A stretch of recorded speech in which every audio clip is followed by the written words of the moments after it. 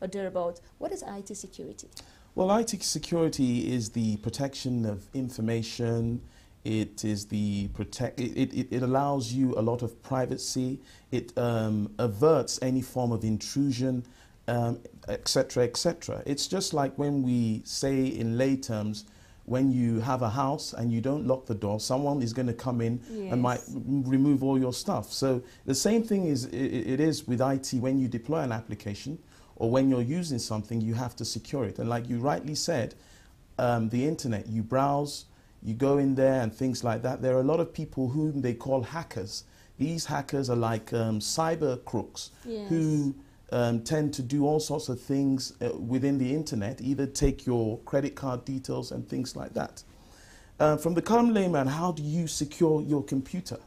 Because a person buys a computer, it becomes a pet baby. There are a lot of antivirus softwares that you can buy. I mean, the most common one are McAfee's, Norton, and Kaspersky.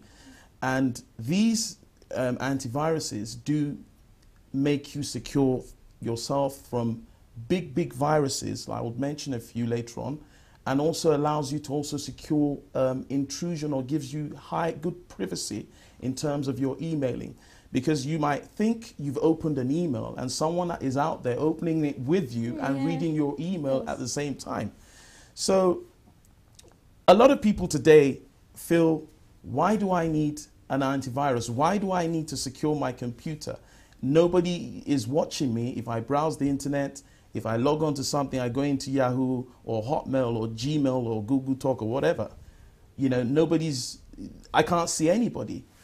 The reason why you have to have it is there are viruses which could hit you, and I'll talk about one. There's Trojan horses. Trojan horse could be either damage your hardware or software. And when it hits you, it could go into your files, which you have calmly saved, and things like that, and hit the whole thing up to your motherboard.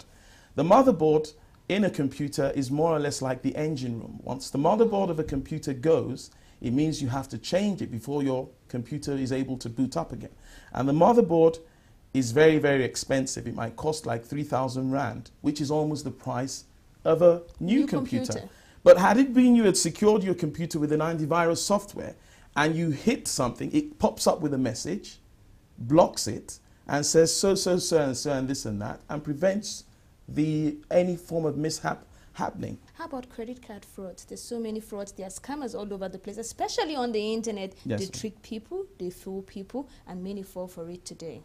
Well, in regards to that, I would say that you need to be extraordinarily careful.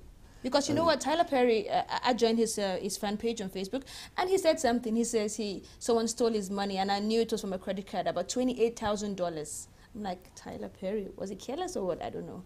Well, sometimes, yes, it could be due to you being careless, or you not being aware, or you going to sleep. And like I said, as there is the advancement in technology to prevent these kind of mishaps happening, there is the hacker who also is trying to advance also to try to prevent that. It's just like the Americans build a bomb, they give it to you, and then at the end of the day, there is somebody who is trying to also make sure that there's something that he can use to detect that kind of thing. It's just an example.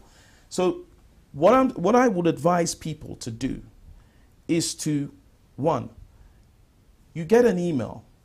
If the email is unfamiliar, sometimes you have spam email or junk emails that don't come up with names. They just come up with all sorts. Don't open those kind of emails, because those kind of emails, once you click on it and it opens, it could open with a can of worms. And when we say a can of worms, it could have be invested with a lot of viruses. And those viruses could, as you're logging on to... So it's only when they open the email that they have opened exactly. But if you delete it immediately without being open, because most of these things, once you click on it and it opens, it's like an eject button. That can spread. But once if you have to be very, very careful with when you see emails. If it's something unfamiliar, I mean, why would somebody send an email without a name and it has RRR or XXX? There are a lot of things like that. It's better to hit the delete button. Don't be curious and say you want to open something. Yes, to find out what it is. What it is, exactly, when it hasn't got a name. An email should obviously have a name saying Debbie or so Wale and something like that, and for you to know that this is somebody that has sent and if it's unfamiliar, it still should have a name, a first name and a surname. That's the mechanics of emailing. Yes, and there's finally, I would like to ask you a question, another question. At the ATM, many people are being, taken advantage of. They put in their card. A friend of mine went to the ATM. She put in her card. Okay. She brought it out, and then she wanted to withdraw money. I think she canceled the transaction, and she put it back again. The card got in. I think the second time she came back, maybe someone has already tampered with the ATM. We are not sure. She put that card back in, and then the card disappeared. The machine swallowed the card. Right. She lost the card. Okay. And after then, she found out that they had withdrawn money from another ATM. Her money. I was like, what?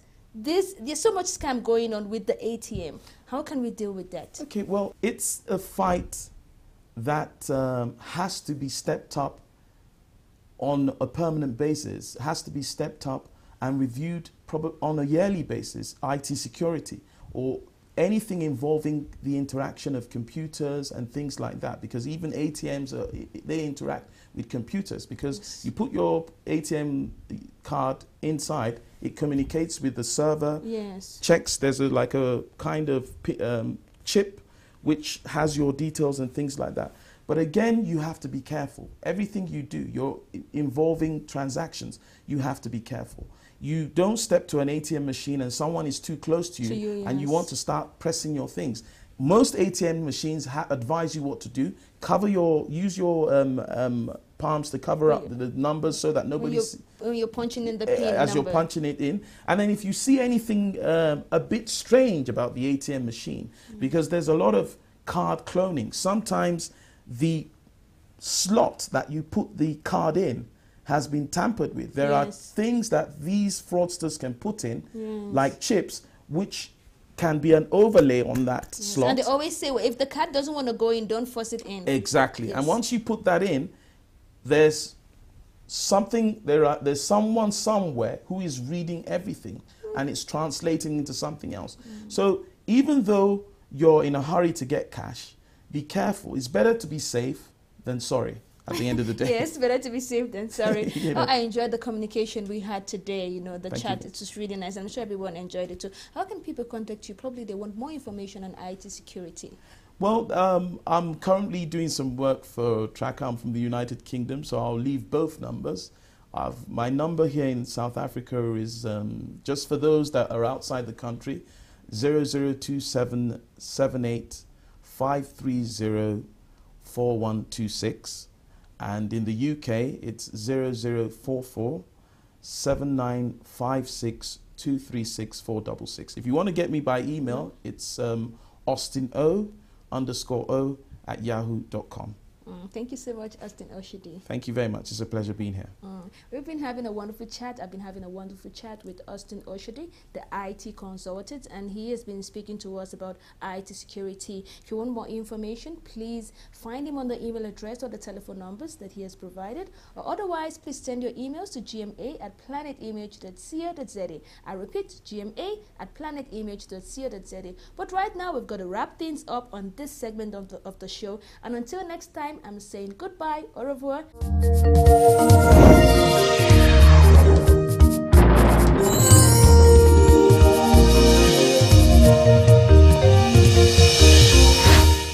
Well, I hope you found Going Technology a bit interesting